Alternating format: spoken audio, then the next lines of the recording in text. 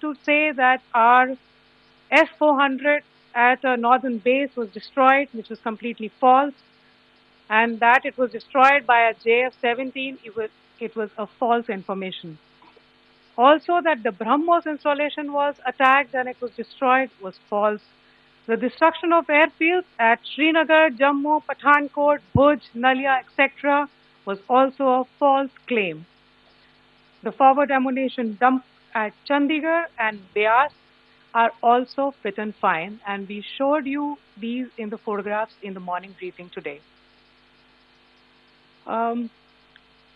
Also, there was a certain different way of miscampaign that Pakistan conducted by its press conferences, which was conducted in a manner which was completely misleading and devoid of facts. Pakistan has been spreading fabricated allegations that the Indian armed forces have targeted mosques. Let us make this very clear here that India is a secular nation and the Indian armed forces are a reflection of our constitutional values. We hold every place of worship of all faiths in the highest regard. Our operations have been aimed exclusively at terrorist camps and facilities being used for anti-India activities. No religious sites, I repeat, no religious sites have been targeted by the Indian Armed Forces. Over the past few days, as we have seen, Pakistan all has suffered very heavy and unsustainable losses after it has given us an unprovoked attack on our installations. It has suffered losses in both land and air.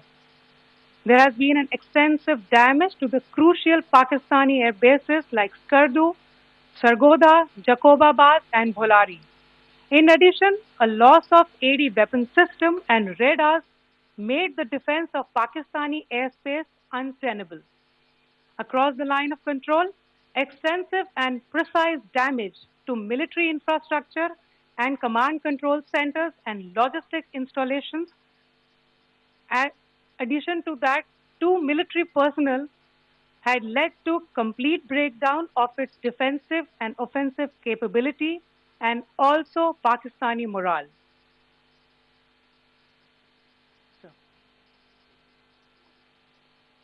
In conclusion, let me reiterate that whilst we will be adhering to the understanding that has been reached today, that is the Indian Army, the Indian Navy, and the Indian Air Force, we remain fully prepared and ever vigilant and committed to defending the sovereignty and integrity of the motherland. Every misadventure by Pakistan has been met with strength, and every future escalation will invite a decisive response. We remain fully operationally ready to launch whatever operations may be required in defense of the nation. Thank you very much, ladies and gentlemen. Thank you.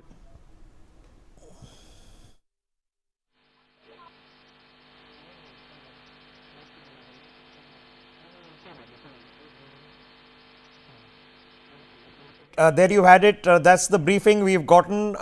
There are a couple of points, salient features. Number one, the claims that the Pakistanis have made that they've struck our air bases, that they've destroyed S-400 missile silos. That's all bunkum. That never happened. And you can well imagine that it was part of the misinformation campaign. That the Pakistanis, of course, that's the first thing they do. That's the one thing they worry about. The second is we've got now details. And there are satellite photographs also which we can put on your screens, that the Pakistani air bases in Skardu, Sargodha, Jacobabad and Bholari have suffered extensive hits. While of course this does not eliminate the Pakistani Air Force's ability to do anything, if the runways and all have been damaged in the immediate term, they get of course depleted in terms of their operational effectiveness. We've also been informed that we have taken extensive hits on Pakistani's air radar and monitoring systems, which of course also further damages their ability to function effectively in the near term. Brigadier, sorry, we've been interrupting you repeatedly, but for good reason. I just want to take your assessments. You heard the MOD briefing. Now, what's your quick take?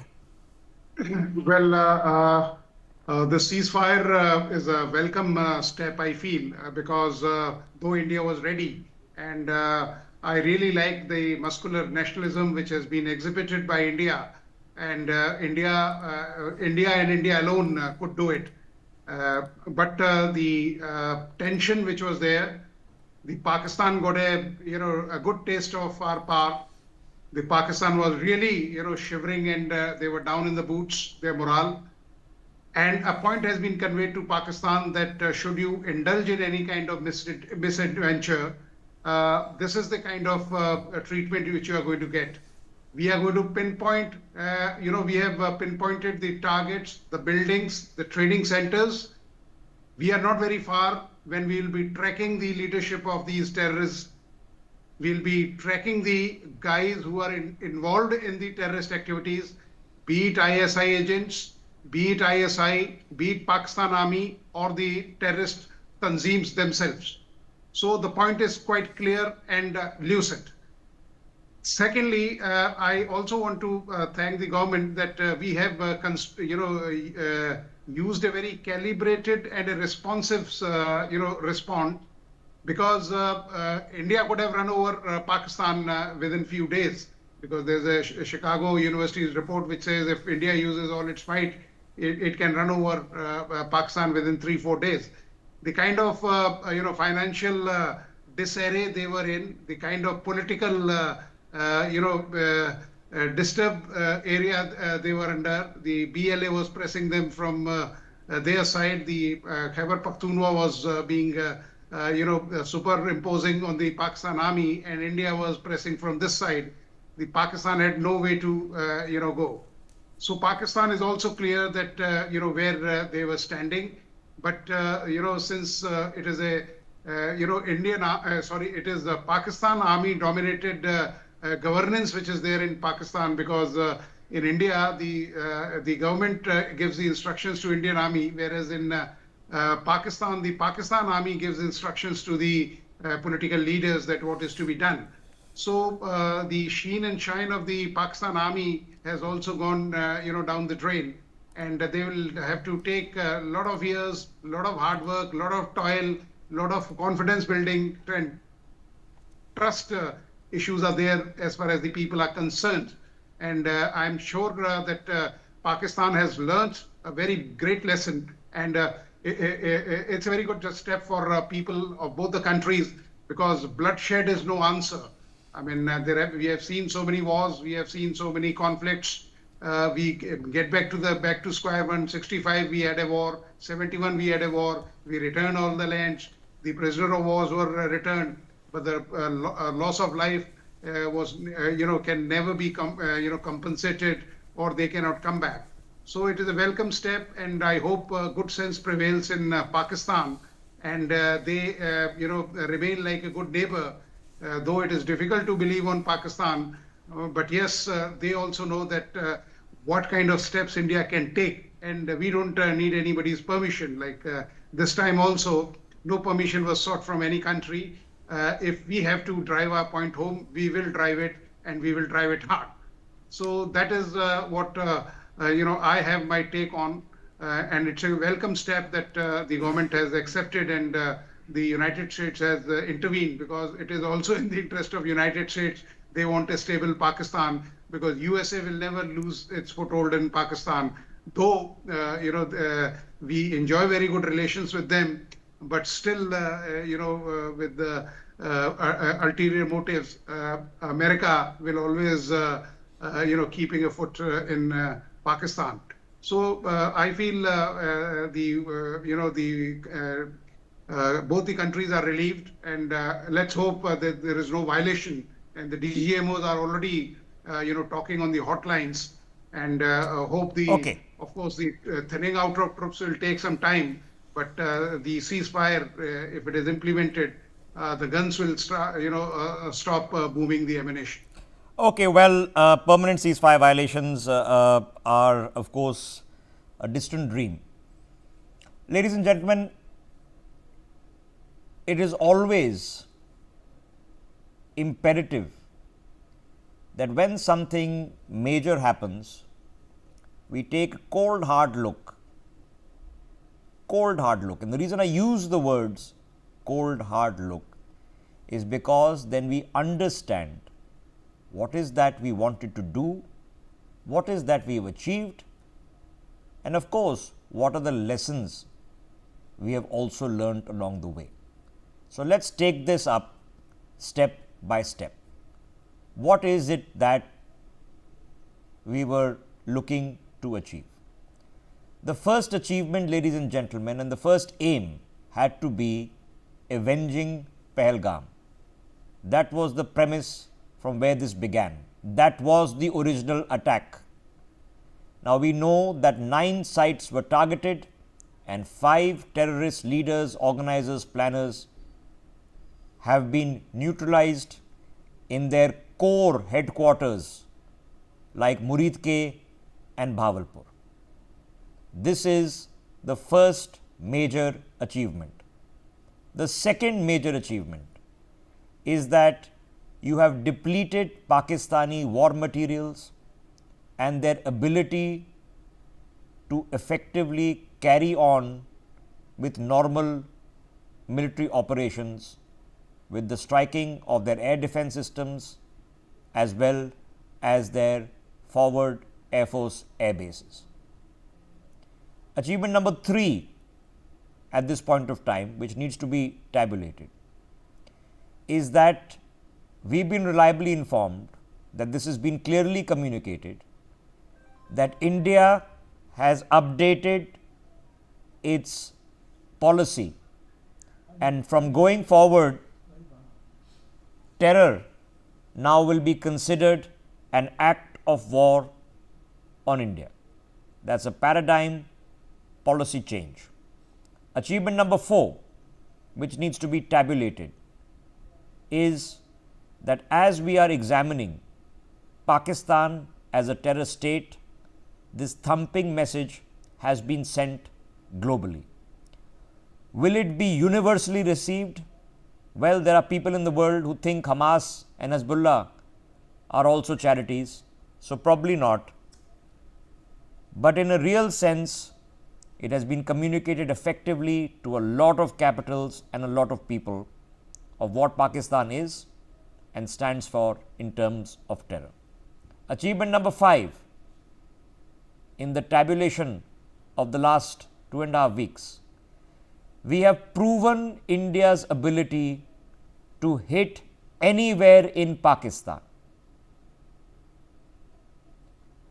To hit anywhere in Pakistan and with immense precision.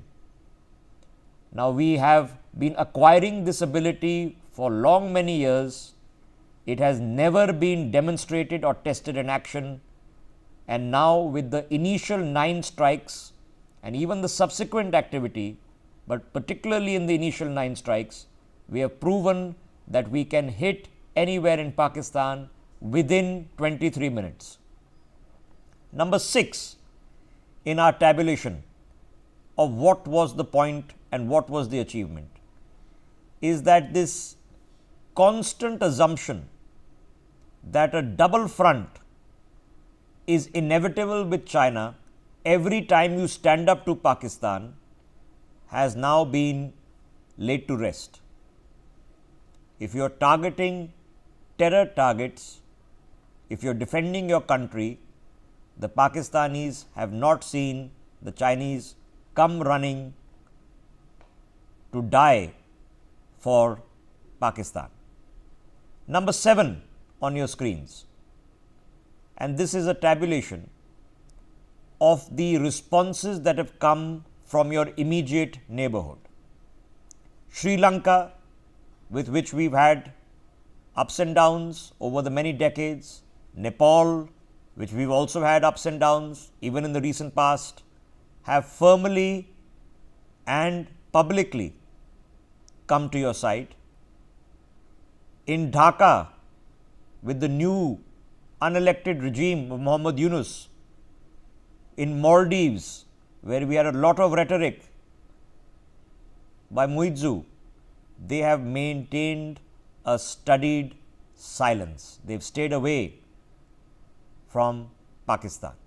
Number 8 on your screens, and this is an important one because the Pakistanis have been are disproportionately reliant on Chinese defense technologies. And for the first time, probably in the world, we have seen that the Chinese air defense systems and other technologies don't really work effectively, and their reputation has for sure been tarnished with what you witnessed for the past 4 days.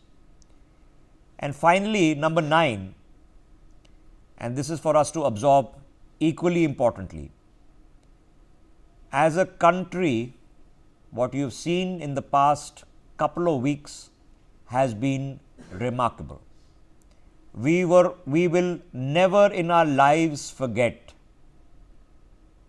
that one lady standing next to the dead body of her husband, married just 6 days ago. We'll never forget it.